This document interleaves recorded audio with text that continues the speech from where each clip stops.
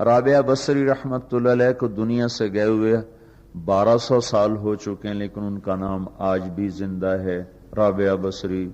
گلگت کی عورتوں کو بھی پتہ ہے رابعہ بصری کوئی بڑی اعلیٰ درجے کی خاتون تھی، پنجاب کی عورت کو بھی پتہ ہے، عرب کی عجم کی عورتوں کو پتہ ہے رابعہ بصری نہ کوئی شہزادی تھی، نہ کوئی ملکہ تھی، نہ کوئی وہ خوبصورت تھی، نہ کوئی خاندانی تھی، بلکہ عورت ہونے کے لحاظ سے ہر عیب اس میں تھا۔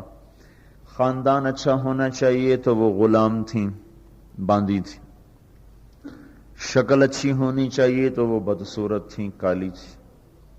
پھر چلو شکل بہ کیسی ہو، خاندان کیسا، اولاد کے قابل تو ہو، رابعہ بصری اولاد کے قابل بھی نہیں تھی، بانج اس کو کہتے ہیں، جو عورت اولاد کے قابل نہ ہو اس کو اردو میں بانج کہتے ہیں، عربی میں عقیم کہتے ہیں، آپ کی زبان میں بھی کچھ کہتے ہوں گے، ہیں؟ شونی تھی۔ تو اب بتاؤ عورت ہونے کے لحاظ سے کوئی چیز ہے؟ شکل، پہلا تاثر شکل کالی، دوسرا تاثر خاندان غلام، تیسرا تاثر اولاد کے قابل نہیں، بانج ہے، شونی ہے۔ تو 1200 سال کے بعد میں گلگت میں کیوں اس کا نام بلند کر رہا ہوں؟ میں نے کسی بادشاہ کی بیوی کا نام تو نہیں لیا، سکندر کی بیوی اور بنو امیہ اور بنو عباس کی ملکہ اور بیگمات، ان کے نام تو نہیں لیے، میں کہہ رہا ہوں رابعہ بصری۔ ان کی عادت یہ تھی، وہ روزانہ عشاء کی نماز کے بعد غسل کر کے کپڑے بدل کے اپنے خامن سے پوچھتی آپ کو میری ضرورت ہے؟ اگر وہ کہتے کوئی نہیں ہے تو پھر پوچھتی مجھے اجازت ہے، وہ کہتے اجازت ہے تو پھر مصلے پہ کھڑی ہو جاتی ہے اور فجر کی نماز تک مصلے پر کھڑی رہتی تھی۔ ان کا خامن جلدی فوت ہو گیا، جوانی میں ہی بیوہ ہو گئی، تو حسن بصری بصرہ کے امام، کیا سارے مسلمانوں کے امام تھے، وہ خود آئے، خود چل کے آئے کہ میں آپ سے شادی کرنا چاہتا ہوں۔ وہ کوئی شادی کا شوق نہیں تھا ان کو، وہ تو اولاد کے قابل نہیں، شکل صرف ان کی نیکی اور ان کا جو اللہ سے تعلق تھا، ان کو یہ لالچ ہوا کہ یہ میری بیوی ہو جائے تو اس کی تو فعل شاید میری بخشش ہو جائے۔ تو ان کے پاس آئے، کہنے لگے رابعہ میں آپ سے شادی کرنا چاہتا ہوں، خود پیغام لے کر آئے۔ تو انہوں نے فرمایا میری 4 باتوں کا جواب دے دو تو میں شادی کر لیتی۔ کہنے لگے کیا؟ کہ یہ بتاؤ میں جنتی ہوں کہ دوزخی ہوں؟ کہنے لگے یہ تو میں کچھ نہیں کہہ سکتا۔ کہ اچھا یہ بتاؤ جب اللہ تعالیٰ قیامت میں اعمال نامے اڑائے گا، کسی کے سیدھے ہاتھ میں آئے گا، کسی کے الٹے ہاتھ میں آئے گا، میرے سیدھے ہاتھ میں آئے گا کہ الٹے ہاتھ میں آئے گا؟ کہنے لگے یہ بھی کچھ نہیں بتا سکتا۔ کہنے لگے اچھا یہ بتاؤ جب اللہ نیکیوں کو تولے گا، کسی کی نیکیاں بڑھ جائیں گی، کسی کے گناہ بڑھ جائیں گے، میرے گناہ زیادہ ہوں گے نیکیاں زیادہ ہوں گی؟ کہا یہ بھی نہیں بتا سکتا۔ کہ اچھا یہ بتاؤ جب لوگ پل صراط سے گزریں گے، کوئی پار نکل جائیں گے، کوئی نیچے گر جائیں گے، تو میں پار نکلوں گی کہ دوزخ میں گروں گی؟ کہنے لگے یہ بھی میں نہیں بتا سکتا۔ تو پھر فرمایا اچھا جاؤ مجھے تیاری کرنے دو، مجھے ان 4 باتوں کی تیاری کرنی ہے، میرے پاس شادی کے لیے وقت کوئی نہیں ہے۔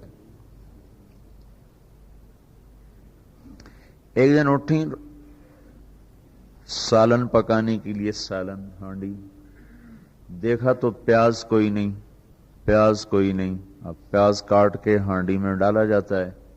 اب پریشان بیٹھی ہیں، نہ کوئی بیٹا، نہ بیٹی، نہ خامند، نہ بھائی، نہ کوئی خادمہ۔ تب سوچ میں پڑی پیاز کہاں سے لوں؟ اوپر سے ایک چیل اڑتی ہوئی جا رہی تھی، اس کے پنجوں میں پیاز تھا۔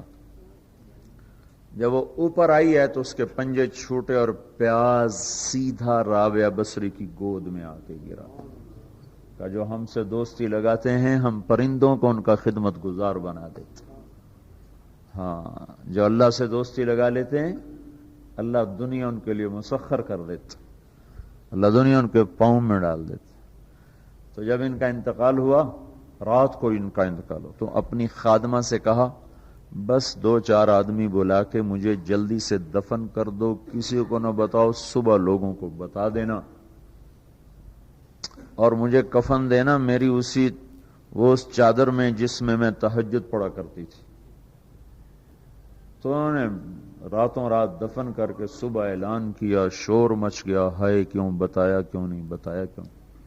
تو اگلی رات ان کی خادمہ نے ان کو خواب میں دیکھا، سبز لباس پہنا ہوا، حسن و جمال، سورج چہرے پہ چمک رہا۔ پوچھا آپ کے ساتھ کیا ہوا؟ کہا میرے اللہ نے میرے ساتھ بہت عمدہ معاملہ کیا۔ کہا آپ کی وہ چادر کہاں گئی جس میں آپ کو کفن دیا تھا؟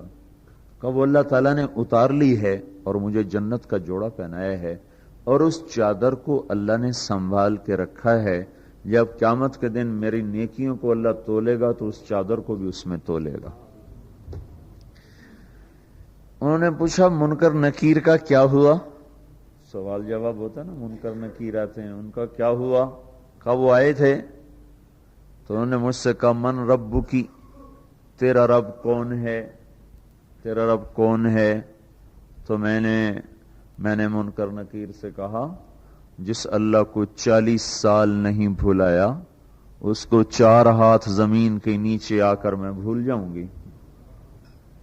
یہ نہیں کہا ربی اللہ ہے، بلکہ ان کو یوں کہا کہ جس رب کو 40 سال میں نہ بھلا سکی اس کو 4 ہاتھ زمین کے نیچے آ کر میں بھول جاؤں گی۔ تو منکر نکیر نے کہا اس کا آگے کیا حساب لینا، چلو بھائی واپس چلو، چلو بھائی واپس چلو۔ یہ بات آپ نے حضرت عمر سے فرمائی تھی، عمر وہ کیا دن ہوگا جب تو قبر میں ہوگا اور منکر نکیر آئیں گے زمین کو چیرتے ہوئے، اور ان کے ہاتھ میں ہتھوڑا ہوگا، ساری دنیا کے انسان جن اٹھانا چاہیں تو اٹھا نہیں سکیں گے، اور ان کی آواز میں بجلی کی کڑک ہوگی، اور وہ زمین کو چیرتے ہوئے آئیں گے، ان کے دانت لمبے ہوں گے، تو وہ آ کر تم سے سوال کریں گے من ربک ما دینک من نبیک۔ تو حضرت عمر کہنے لگے یا رسول اللہ میرے ہوش ٹھیک ہوں گے، جیسے میں اب بیٹھا ہوں میں ایسے ہوں گا؟ تو ہمارے نبی نے فرمایا ہاں تو ایسے ہی ہوگا جیسے تو اب بیٹھا ہوا ہے۔ تو کہنے لگے پھر میں اچھی طرح ان سے نمٹ لوں گا۔ تو جبریل آئے، جبریل آئے، کہنے لگے یا رسول اللہ ہم دیکھ رہے ہیں آگے کہ عمر کو جب قبر میں ڈالا جائے گا اور آ کر منکر نکیر ان سے سوال کریں کہ مر ربک، تو یہ کہیں گے ربی اللہ فمن ربکما، میرا رب تو اللہ ہے، تم بتاؤ تمہارا رب کون ہے؟ میرا دین تو اسلام ہے، تم بتاؤ تمہارا دین کیا ہے؟ تو وہ منکر نکیر کہیں گے عجیب بات ہے، ہم تمہارا حساب لینے آئے کہ تم ہمارا حساب